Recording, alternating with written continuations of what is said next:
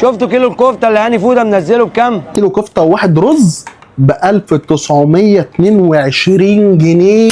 احمد صاحب محل البركه ده يا جماعه بيطلع في فيديوهات يقول ان البلوجر طلب منه 95000 وبلوجر طلب منه 50000 والبلوجر مش عارف ايه، وان هو خلاص بيعمل لهم العروض بنفسه. دي حاجه حلوه جدا. انا جاي بقالي ساعه ونص على الطريق من شيراتون لحد كرداسه عشان اجرب العرض والفيديو اللي هو عامله والكده بتاعتهم والكلام ده كله، واتمنى ان المشوار ده ما يكونش على الفاضي يا احمد لان هزعل قوي. طوحنا حته ليا. الاول بقى نسيحها كده، ناخد بقى ده الزيت الطبيعي اللي فيها. الله، دي احسن من السمنه. احلى من السمنه بمراحل. هننزل بالسجق كده ايه عشان نديله تشويحه. الميكس ده ومعاه السجق. الميكس ده ومعاه السجق في مطعم البركه ب 400 بدل من 550.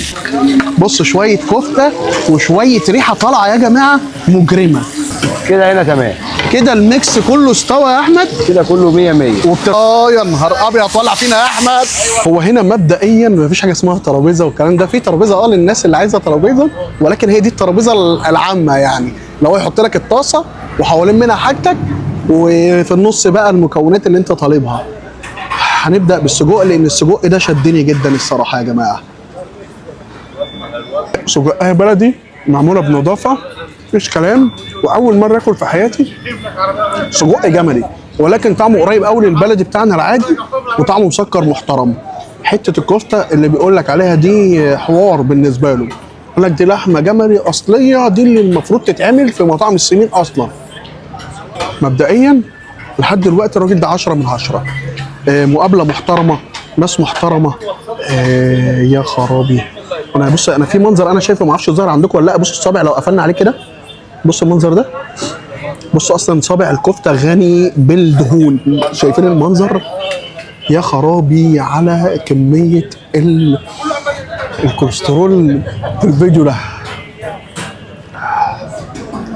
الكفته جوسي. بص المنظر. ايه ده اللي انا بقوله؟ واضح. بص المنظر، بص ايدي. ايه ده ده في حته كفته صغيره جدا يا ولاد اللذينه. كفته مدهننه مسكره، طريه ناعمه، كل ما عايز تقوله جميل في حته الكفته دي.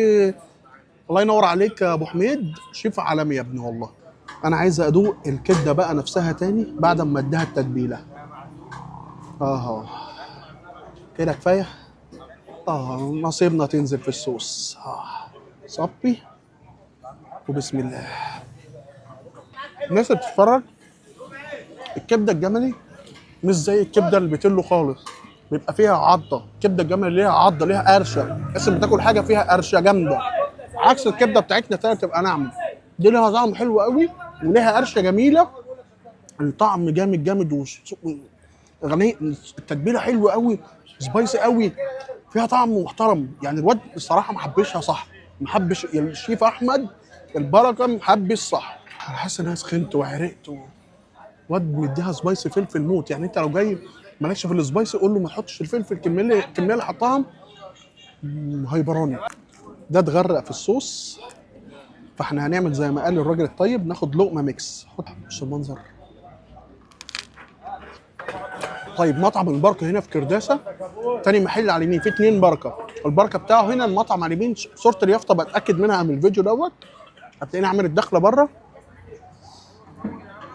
انا جاي مشوار ساعه ونص واول مره اتبسط. انا ما بقتنعش بالكبده الجملي، اول مره استمتع بالكبده الجملي. الاكل نضيف، الدنيا نضيفه، انا مبسوط. يا احمد انت فعلا طلعت محترم، مش فيديوهات وخلاص.